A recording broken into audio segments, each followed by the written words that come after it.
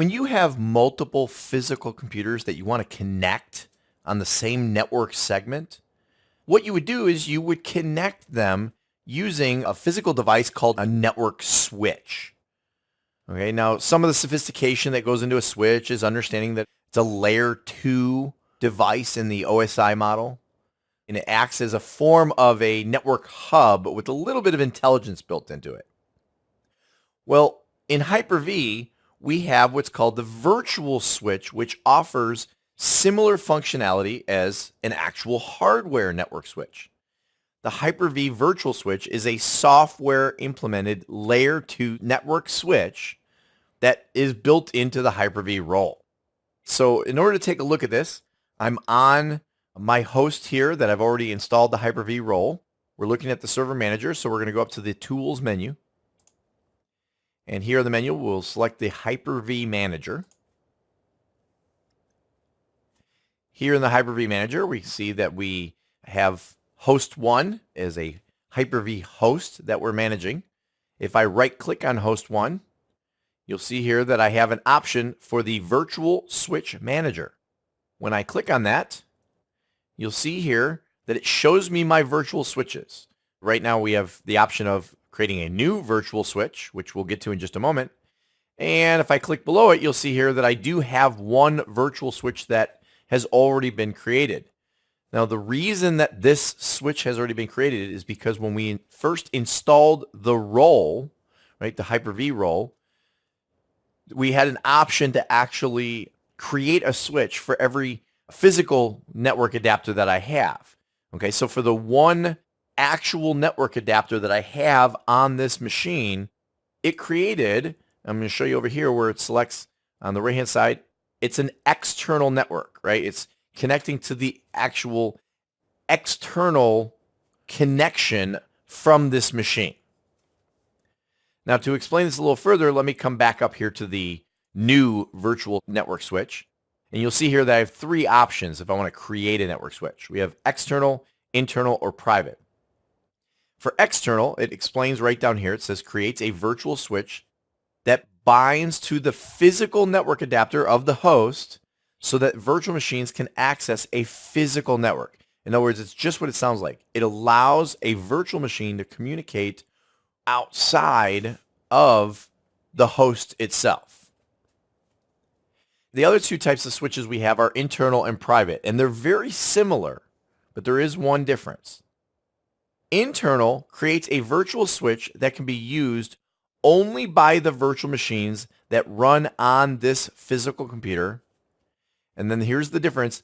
There's an and here. It says and between the virtual machines and the physical computer itself.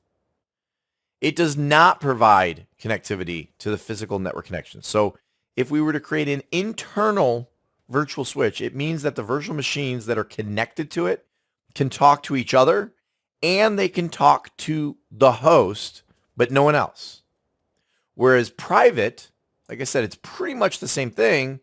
It creates the virtual switch that can be used only by the virtual machines that run on this physical computer. So in other words, private means that virtual machines that are connected to it can only talk to each other.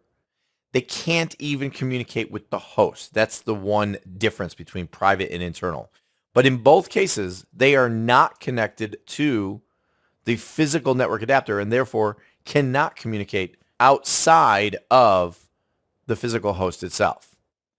So what I typically like to do is create one of each of these type of virtual switches. So I'm going to select internal and I'll create the virtual switch. I'll actually name it internal. And you'll see here it's selected as internal network. And I will click apply. And then I'll come back here to new virtual switch once again. I will select private, create virtual switch. I will call it private so that I know what it is.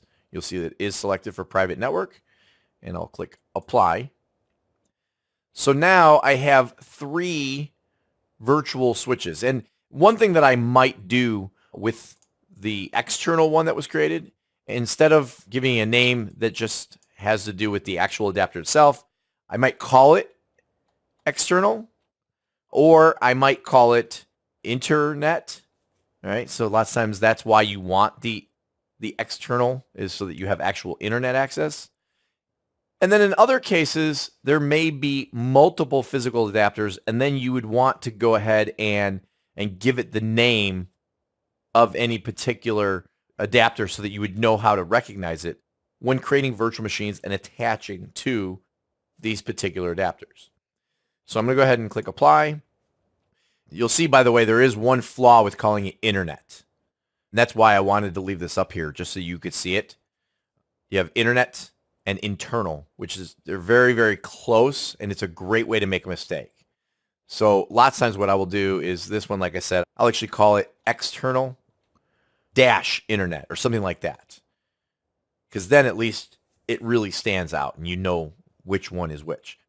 So again, now why did I create each of these 3 virtual switches? Well, the idea is as I go forward and create virtual machines, just like in a physical world, I'd want to plug a physical machine into the appropriate network switch. It may be a private one so that it's only talking to computers within the same office, or it may be one that connects then to the outside world. So that's the same thing we have going here, is as I create these virtual machines, I'm going to need to make a decision. What kind of connectivity do I want to have? And I have all 3 options available for any machines that I create from this point forward. So that is how you would create your virtual switches. And at this point, we're now ready to create virtual machines and have them communicate appropriately.